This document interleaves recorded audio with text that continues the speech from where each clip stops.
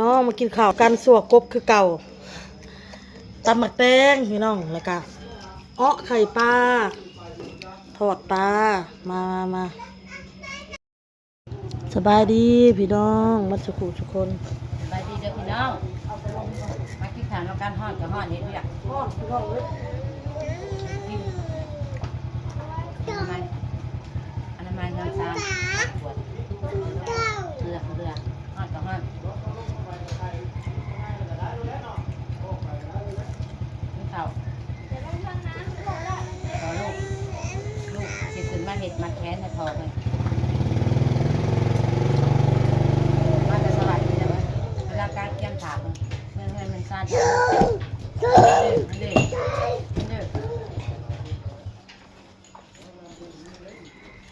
จับแพร่มาค่อยนะเฮ็ดเรือน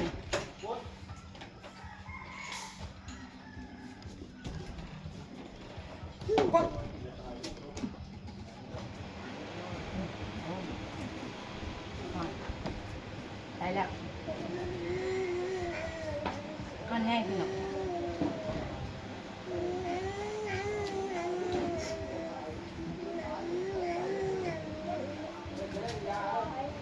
โตที่จะมีไหมลูก กินเดียวโต๊ะเขาคือมาโครงไข่ใหม่เอ้ย เอาเกลือใส่เลยเอาใช่อันน่ะเอาเกลือใส่เอาอันยาสีฟันค่ะมานางหมกที่เข่าแล้วให้ยังใบบุญมาที่เข่ามาได้ยังเดี๋ยวนมไปละเอานมให้น้องนะนมมันยังนมที่ไม่บอกไปจะซื้อขนมค่ะ เด็กกินนมเหรอล่ะ ไปจับขนมกันเนี่ย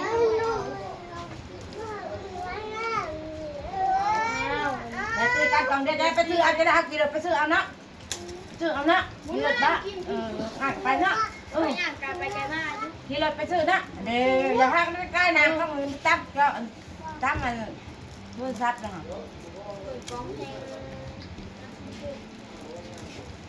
มาก่อนก็ห้ามใจแบบอ้าวอ้นมึงกินบ่อ้นกูนั่งกินคนเดียวได้ยังไงให้มุกให้เบิ่งมุกกินข้าวฮะแล้วใช้ไม้ทอดปลาฮะเรื่องไปให้ป้ามุกกินข้าวเนี่ย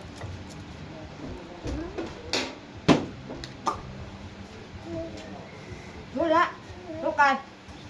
ทุกมุกเป็นหนาเป็นคนละทุกกันทุกสบายดี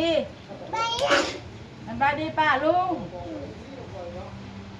อายเป็นเบาลุงสบายดีป้าลุงต้อยเป็นบ้าเปล่า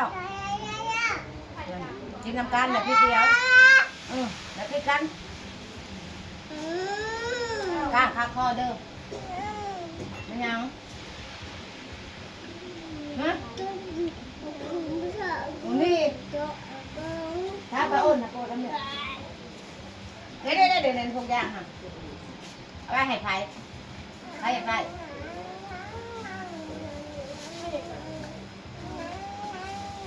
เฮ็ดกินไปเบิ่งทอดปูทอดปลาป้านะป้าก็ที่เผาก็น้ำลงน้ำร้านพี่น้องเด้อก้านคาคอเด้อพวกจะยำบวบยำปลายำผักนะ บ้านมันอันซุปก่อนกะมันซุปกรอบเลยซุปอะไรซับอันนี้มีเส้น นี่อย่างนั้นรักมันบอดีมันจะเพ่ดัก โตอย่าบังมานั่งพี่ลูกมากินนะไปบีบปุ๊บอยู่กินน้ำ กินอะไรเบียดหาตะนั่งกิน สบายดีพี่น้องเหนื่อยพี่น้องเห็ดอยู่เห็ดกินล่างตัวล่างบ่วงเมียนเงินเมียนซ้อะไรลูกเก้ามาจากสวรรค์เขาจะขุดมาแต่สวรรค์ถึงมาเห็นติดแกในคลองเมียนเพื่อนถาเขาเตรียมถาเขาเนาะแล้วก็ขวดมันเก็บเนี่ยนั่นเลยเขาขวดนี่แหละพ่อขวดตรงเพชรยาใครขวดเล่นจองเลยนะให้เต่าเลยนะลูกเนี่ยกระจอกมันโตหรือหน้าไม่ตีเด้อ พอโตพอ ตัว อยู่เชิงตัวผู้เอาให้น้องนะแม่ลูกบ้านเอาให้น้องบ้านคนลูกบ้านเอาให้น้องเด้อเอาให้น้องเจ้านักเกิดผู้เขา แม่เกดกินแล้วบอกข่าวให้แม่ มันมีงาน มีนักให้โต๊ะให้โชคครับ โอ้กินเหมือน อันนะ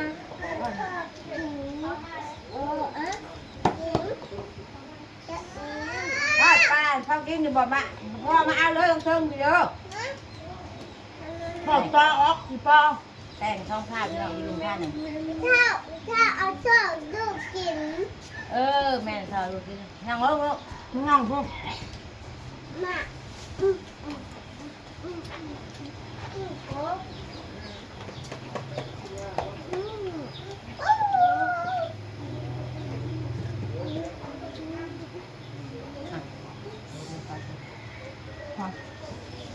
คอยดำขึ้นมาพี่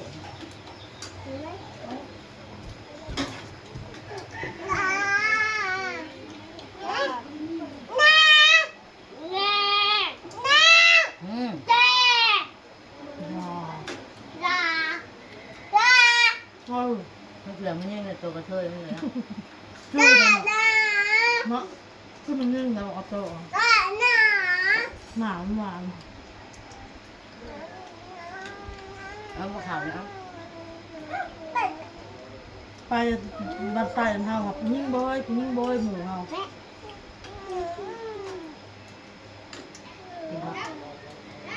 อยากมากยิ่งมาขดขดจากที่แน่ก็โดดจะเขาไข่ทอดไข่ก็มันจะมาดูฟัว อย่าเล่น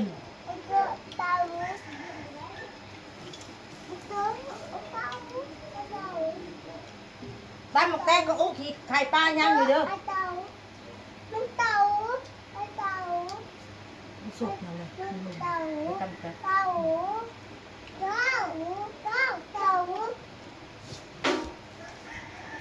พัฒนาเขา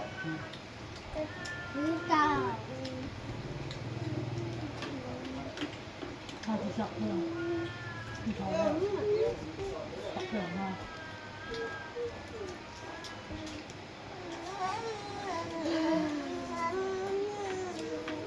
คนดี ปาก เนาะของแม่พระง่ายอยู่แล้วพระง่าย ผ่านเลยยังไงมันหมดเหนื่อยพักน้ำตาตัวมันก็แล้วน้ำตาหัวเลยหัวหัวมันหัวกระเวนหัวกระเวน โอ้ย มีคนชุบกันเนาะตีตา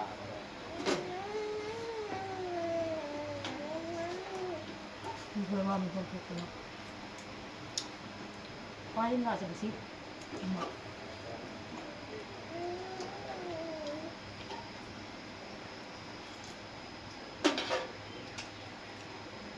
เจ็บตัวแทน ไม่น้อย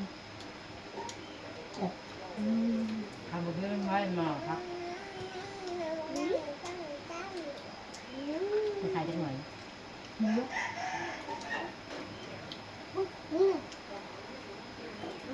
รีบมีอันนี้ เดี๋ยวทอดใหม่ได้ปลาการมันสุกแล้วออกก็เด้อ